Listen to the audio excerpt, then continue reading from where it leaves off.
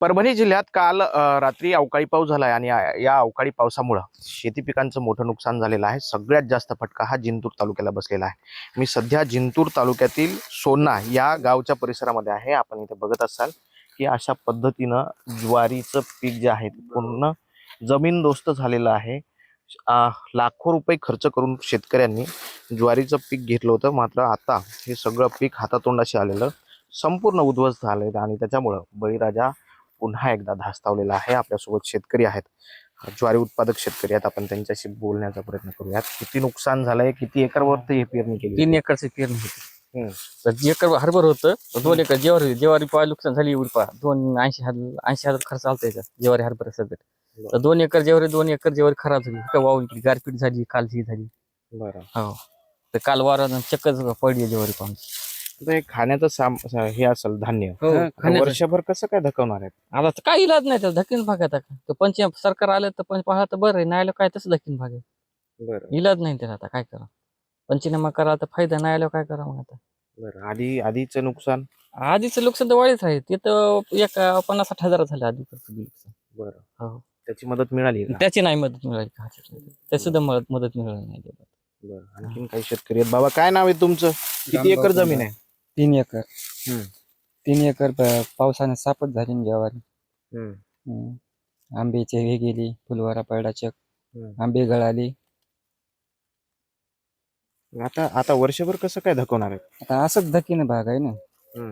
सरकार आली पाहला तर ठीक, नाही तर मग असंच धकवावं लागेल, काय इलाज आहे? अद्याप कोणी आलं नाही का पंचनामे वगैरे? कोणीच आलं नाही पंचनामा आधी। अच्छा, काय मागणी काय राहील तुमची आता? मागणी काय आहे, भरपाई करून द्यावा ही मागणी आहे, बाकी काय। बरं, आधीचा पीक विमा मिळालाय? नाही, बरं, नाही मिळाला। सरकारनं मदत जाहीर केली होती, ती मिळाली का? नाही ना, मिळाली नाही, ती बी मिळाली नाही। बरं, आणखीन तरुण शेतकरी आहेत। दादा, काय नाव आहे तुमचं? किती एकर शेती आहे? 4 एकर शेती आहे। 2 एकर ज्वारी होती, 2 एकर हरभरा होता। हरभरा निघाला, 2 एकर ज्वारी पूर्ण काल रात्री जो अवकाळी पाऊस आला त्या जमीनदोस्त झालेली आहे।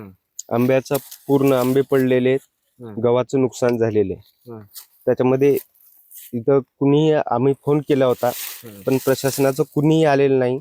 आमची एवढीच मागणी आहे की त्यांनी येऊन इथं शेतीमध्ये पंचनामे करावे आणि शेतकऱ्यांची जे काही नुकसान भरपाई त्यांनी द्यावी, एवढी आमची इच्छा आहे। बरं, किती एकर जवळपास हे नुकसान असेल ज्वारीचं? संपूर्ण गावामध्ये पाहिलं तर 2-2.5 एकर ही ज्वारीचं नुकसान झालेलं आहे। आणि गहू? गहू 100-1 एकरचं गव्हाचं नुकसान झालेलं आहे संपूर्ण गावामध्ये। अच्छा, मग मागणी काय असणार आहे आता? हेच की त्यांनी येऊन पंचनामे करावे, जे काही नुकसान झालेलं आहे शेतकऱ्यांना भरपाई द्यावी, मदत द्यावी।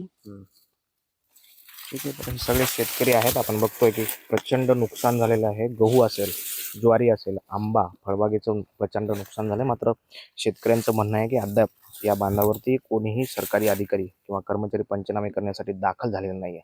त्यामुळे शेतकऱ्यांची मागणी आहे की तात्काळ झालेल्या नुकसानीचे पंचनामे करून मदत जी आहे ती शेतकऱ्यांना द्यावी।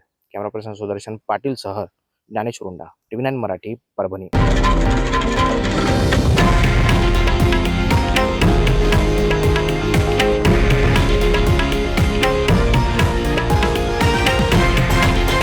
हे आहे देशातील नंबर 1 न्यूज नेटवर्क आणि आपण पाहत आहात TV9 मराठी, एकमेव।